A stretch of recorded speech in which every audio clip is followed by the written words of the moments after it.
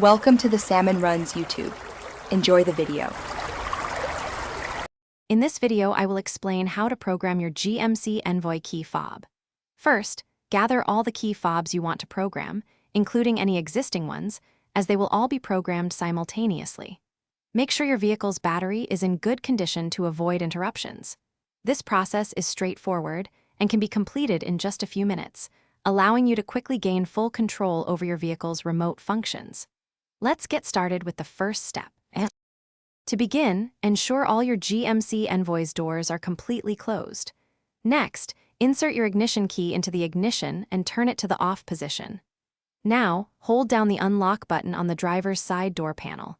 While holding this button, turn the ignition key from off to ACK and then back to off 2 times.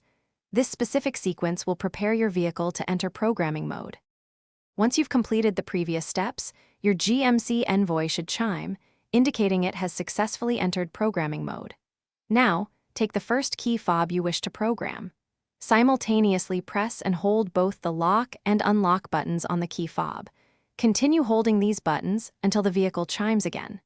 This second chime confirms that the key fob has been successfully programmed.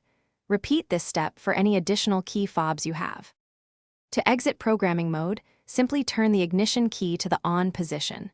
This action will finalize the programming process for all your key fobs. After exiting, take a moment to test each programmed key fob to ensure all functions, like locking and unlocking, work correctly. If any fob isn't working, you might need to repeat the process. Also, for those looking to simplify their daily routine, check out the description for a link to some fantastic leak-proof meal prep containers and other great deals. Thanks for watching. Consider subscribing if we helped you.